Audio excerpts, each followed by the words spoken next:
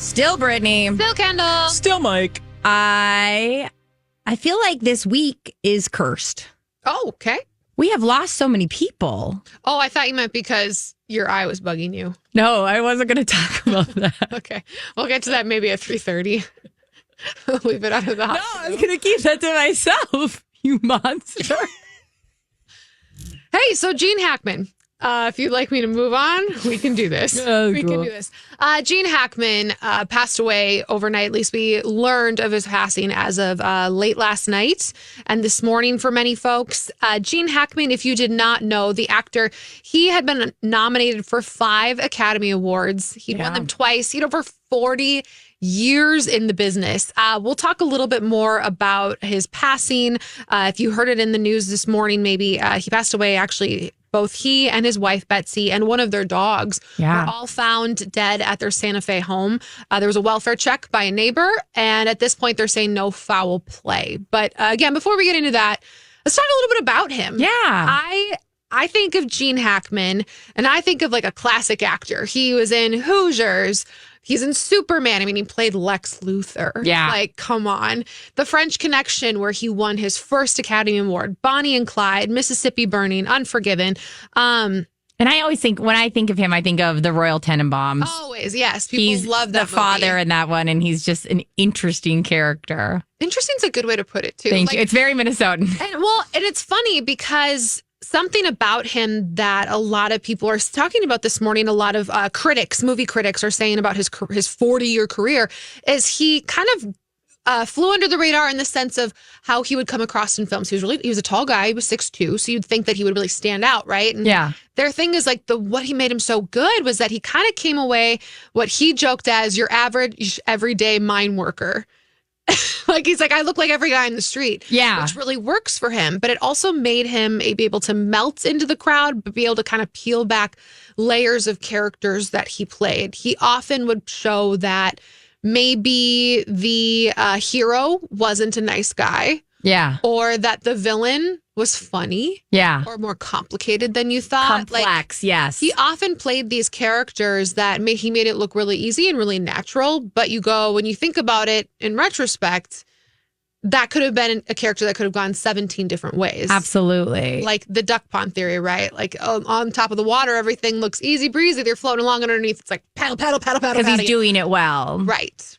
Really, really interesting. He's just the greatest coach of all time. Like, I wanted to play for him. Like, Yeah, I wanted, and I envisioned what I wanted a coach to be him, whether it was Hoosiers or the Replacements, that coach role and that coach kind of figure, that is just perfectly him to me. Oh, absolutely. I loved him. I remember in Young Frankenstein. Oh, sure.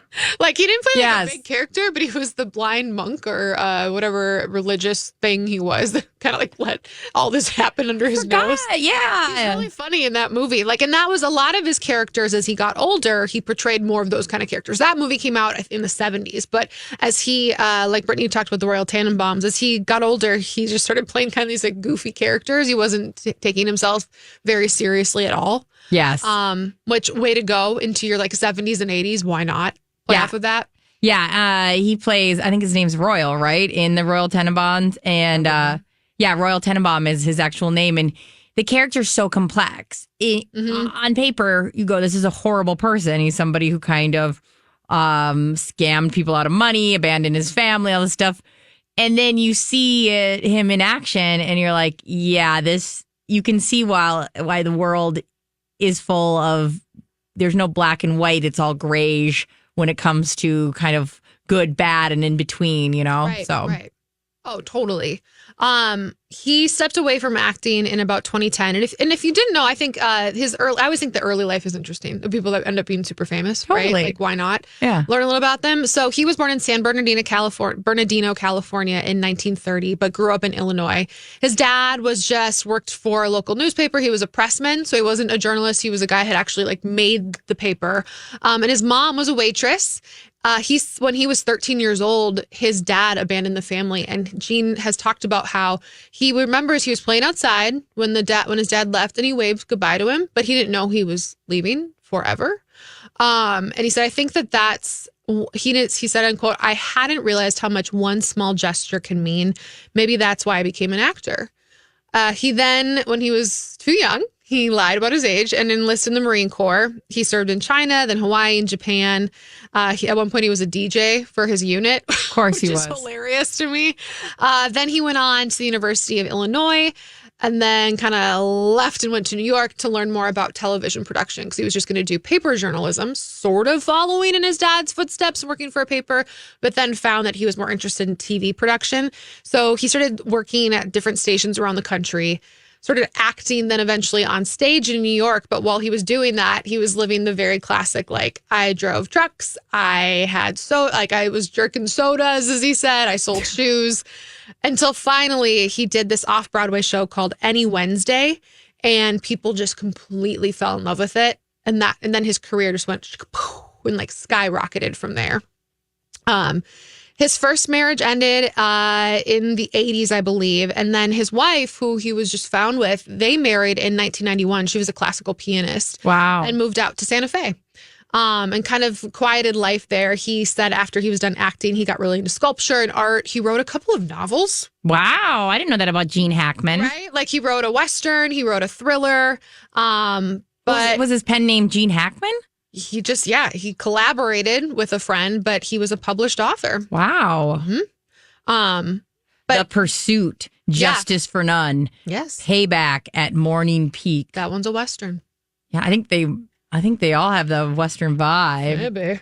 But I think that he said sort of like he wanted to sum up his whole life in one phrase for GQ magazine and said, he tried. I think that'd be fairly accurate. I'm like, what a humble guy, like you're Gene Hackman. He tried. Yeah. The New York Times, as always, did a fantastic obituary on him. If you are interested in reading a full piece, I pulled most of that information from there. But back to him and his wife, he was 95, she was 64. They were both found inside their home again after a welfare check. This is Gene Hackman, of course. One of their dogs had passed away. 2 other dogs were on the premises and were fine.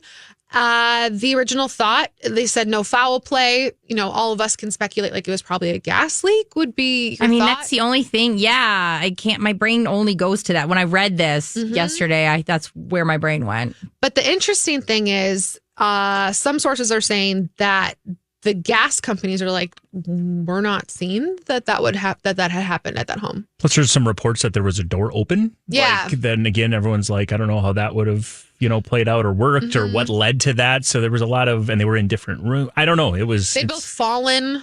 Yeah. So it's a really interesting, because again, you think it was carbon monoxide poisoning, but the New Mexico gas company said as of now, there's no evidence that there were any problems with their pipes. So it's not, they're saying that at this point, like we're kind of just waiting on the autopsy. Yeah. About what actually happened to, again, him and his wife and one of their dogs. It's tragic. Mm-hmm. Very sad. Thank you so much. I've learned so much about Gene Hackman. Yeah. It's kind of one of those character actors you often, I don't want to call them character actors, but like somebody you take for granted, kind of like you said, the complexity of that person and how you're right. It takes a lot more to be that unpolarizing. Right. And he was a little bit before all of our time, right? Like the biggest movies in his career were all made in the 60s and 70s and then into the 80s. Like there were a couple of years, they said, where he would make 4 movies a year. And so he was massive in the 70s, especially when he won the Academy Award, his first Academy Award, but just kind of slowed down as one would in their 70s and 80s. Yes, absolutely. Okay, we have to go to Karen Huger. This is the Grand Dame from The Real Housewives of Potomac. She has been on since season 1. Karen Huger has officially been convicted of a DUI. This last season, she really has been avoiding saying, well, we got to wait. There's a lot more to this. It's not a DUI. It's not a DUI. Well, about 2 months ago, the body cam came out. It wasn't good for her. She's obviously intoxicated. The worst part is she never really admitted it on any of her platforms. It was always like, just wait till the truth comes out. And I think the judge is kind of sick because this is her fourth drinking while under the influence. Under the influence, yeah. I think they're technically all DUIs. Yeah. Okay. And This is her fourth offense, and the judge was sick of it. They really thought she was going to get like a 6-month stay or 6-month sentence. But this judge says, no, I'm giving you actually 2 years, one of which you can serve outside of your home, but one you will be serving in jail. Wow. Which, like, she's very much so used to. She's never had to serve before. This is definitely. She even started off by saying she apologizes. She shares that this is a wake up call, and she would attend AA meetings for the rest of her life. She also stated that she would be an advocate for people, encouraging them not to drink and drive. I mean, all of this sounds lovely and, of course, apologetic, and I'm sure she is, but. I remember reading something about the judge basically saying, like, well, we're going to wait for you to get your 5th one. That's exactly what he said. That's exactly what he said. So, I mean, he was sick of it. He goes, in what world? Like, you've never proven that this is the case. She also, at the time, was not saying she was going to quit before this case. Mm-hmm. I'm telling you publicly, she made it very clear. Drinking is not a problem for me. I'm not going to quit drinking, and I'm also not going to attend a rehab. She finally went to, they call it a day spa-esque treatment center, which she did clarify was not for drinking. Sure. So. Okay. At what point does one look in the mirror and be like, I need to fix something in my life? Like, I'm a real housewife, which means I have a lot of access, a huge lot of platform. connections, a lot of platforms, a lot of money. Yeah. And I'm still doing this to myself and endangering other people in the process. Like, I need to, like, at what point does one wake up? I also think, like, take a beat. I hate it. Like, Justin Timberlake did this as well. Everybody who drinks and drives did this at some point. I'm an alcoholic. I haven't drank in a long time, and I still don't feel like I would go into a place of I'm an advocate. Like, you just got sentenced for drinking and driving, and both her, like Karen Huger and Justin Timberlake, immediately go to a place of I would be a great advocate. Take a beat. Mm-hmm. Let's just. I mean, we had Justin Timberlake reading, the places you will go. Take a car. No, what is it? Green eggs and ham. Yeah. You could take a bike. You could take a train. You could take a car. You really actually shouldn't take a car, though, if you've been drinking. No, I mean, somebody else driving it. Uber. God. I kind of go to a place of like, I get it. This isn't one of your chances where you go, like this would be a great sponsorship for me. I think you have to take a step back and go, maybe I should be in this for a little while. Like, let's go to a place of personal time out. And maybe there is a road, there's a road where Karen Huger's been sober for 5 years. And she says, look at this. I had 4 DUIs and look what I was able to do with my life. I'm then I go, let's talk advocacy then. Yeah, you got to go to jail. 1. Step 1, jail. Do not pass go, jail. I'm just like, I have a hard time sometimes with the housewives too, especially because there's such a sense of entitlement there. Absolutely. And like, you don't mean any of the things that you just said. No, and her game plan is a classic. Karen Huger's game plan was a classic Real Housewife game plan. It was get as far away from the incident as possible. So it happened in March of 2024. She wanted to deny and say, we have to wait till the court. We didn't want to say anything on camera because the idea was she wouldn't have to then apologize, wouldn't have to get sober. She was getting as much distance and time. And then when this all came out, she'd say, well, that was a year ago. And this is a classic move for the Real Housewives. That's like the Parasite thing, right? When they say like there's something wrong with their face work. Yeah. Oh, yes. Another classic. Yes. I thought you meant the movie. No, I'm sorry. No, the Housewives. Yeah. I'm learning housewife codes from you two. You're welcome.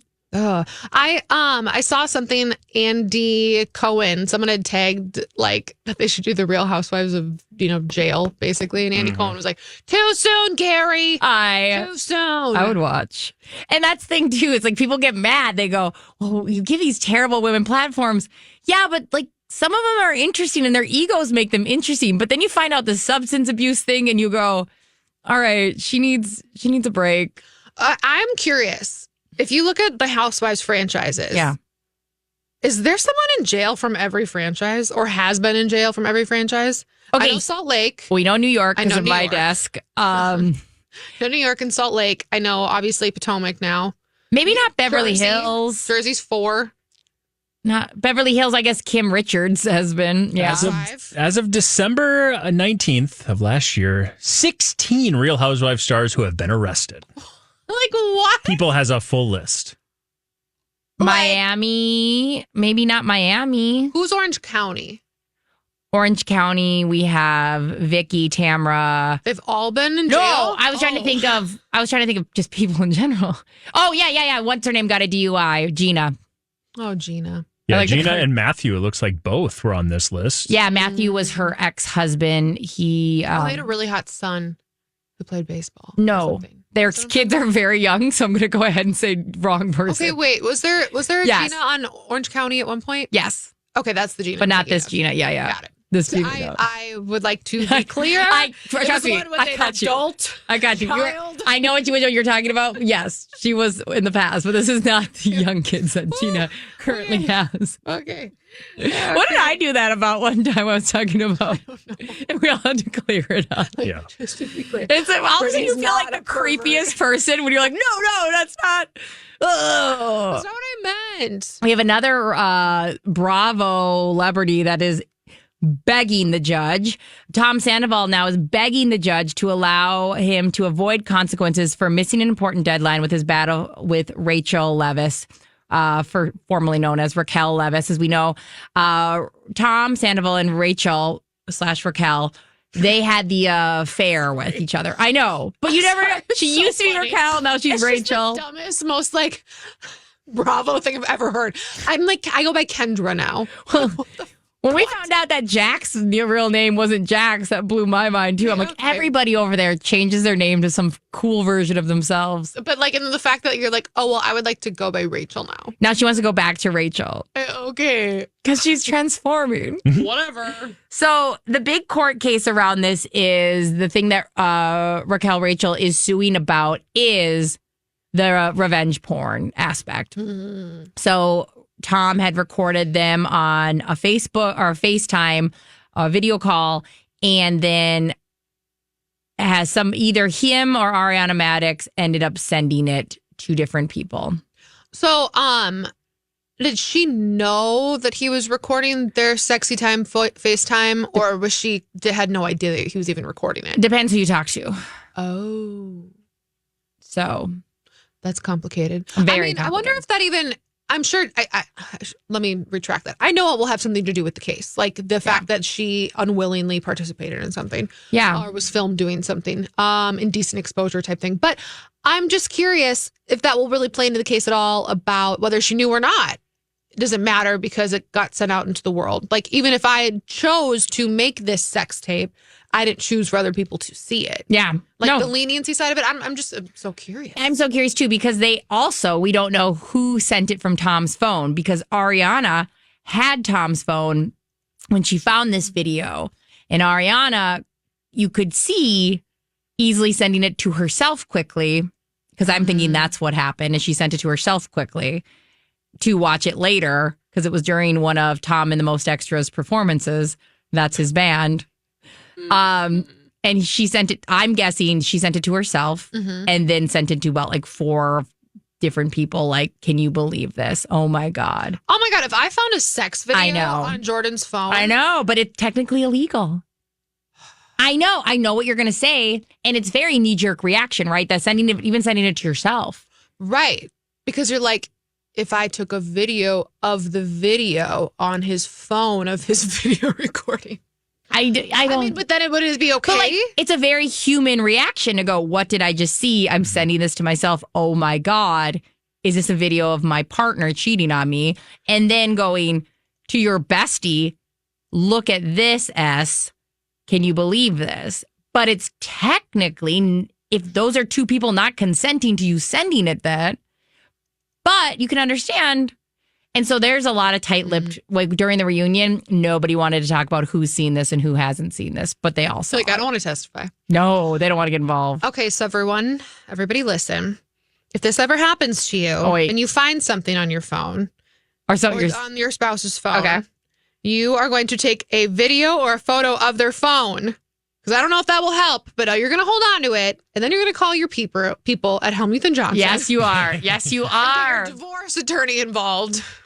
Because that way you have the receipts and they can't be mad at you because you were showing it to your attorney. And don't send it to your friends. Nope. Show it to your friends in privacy of your own home. Mm-hmm. That's 1,000%. Do not have a digital trail. Nope. Also, in Minnesota, it doesn't matter if they cheat Oh. for the law. Well, either way, keep it. Just because. Maybe here's what you do. I got this. I got this. Okay, ready? Yep, I'm not a lawyer, but my co-host sleeps with one. Yep. So what you do, the reg. get step one. You're in the sitch. You go, oh no, tap into the Brittany and Kendall memory. Get yourself a cocktail napkin. Draw out the depiction of what is happening on the phone. Oh, yeah. Now you have creative license. Now it's yours. It's yours. You can make it smaller, make things bigger, whatever. You can do what you want because it's now your creativity. How was she standing? How is she not standing? You know? And so that way. Sorry, all I'm legal. really only good with stick figures, so this is what I was able to get. That's good. No, There you that's go. accurate. That'll hold up. That'll hold up. Yeah. That's not revenge porn. Okay, That, good. that reminds me of the time that in like one of those southern states that the guy saw a leprechaun and drew the sketch. Mobile, Alabama. Mobile, Alabama. He drew the sketch. And it kind of looks like Justin Bieber now that he wears his hat like a condom. Uh-huh. Yeah. Eh. Oh, yeah. All right. Well, hey, we helped you out with that, everybody, in case you were wondering. Kylie Jenner, a couple of celebrities have been posting about this. Her hairstylist, Jesus Guerrero, passed away suddenly, very unexpectedly. His family is saying he was only 34 years old. So his family put out a GoFundMe. This hairstylist said, listen, he's in Los Angeles. We want to bring him back to Texas, bring him home. We want his mom to be able to grieve.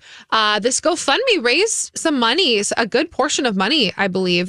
But then they updated it. It was $96,000 that they raised. They updated it to say hey, we just wanted to let everybody know when we set this up, we were thinking we'd have to take care of all the expenses ourselves related to the funeral. Obviously, we had not planned for this. Kylie actually has been in communication with us, and she's going to cover all the funeral expenses and is offering all of her help and support. And so they're like, but we're going to be taking this so that his mom can take off time from work to keep it. I just thought, Kylie Jenner, is extremely wealthy. Yeah. And the fact that she did this to support a friend of hers, she wrote a really nice Instagram message about him too, how much he's meant to her and how she's going to soul ripping deep miss this man in her life. And has not been publicly talking about it, but has just actually gone to the family and been how can I help? I just want to help because I loved your son. Good on her, Not amazing. And everyone was like, oh, why would she not go to the SAG Awards with her boyfriend? Are things wrong with her and Timothy Chalamet? No, because this had just happened to her friend. She didn't want to be there. Yeah. I love moments like that. You can just go, that person didn't need to do that. They did it. And I also love too, I love that they're giving the extra money to the parent, to the mom. That's always needed. It's you're so right. Mom needs a minute too. Yeah. She should be able to just grieve and catch your who breath. knows what kind of job she has. Maybe you can't take time off. There's so many jobs, as we all know, that you work hourly. Yeah. You work service. And so if you're not doing it, you're not getting paid. But just kind of and I think J-Lo posted something about him. Khloe Kardashian also did, right, Mike? Right before he passed away, he was actually in Dubai working with J-Lo because he was also the hairstylist for Jennifer Lopez as well. So you're seeing lots of stories out with her tied to this tragic death as well. Just sad. It's so sad. And you know that you spend so much time, it's so much intimate time with your hairstylist. Right? And you think these people, sometimes that's probably one of the only people they know and trust on a set. yeah, and they probably get, when something traumatic happens, they're the first one they have to go see, and then They're something, a traveling hard day. together. Yes. So Lots of love to his family. absolutely.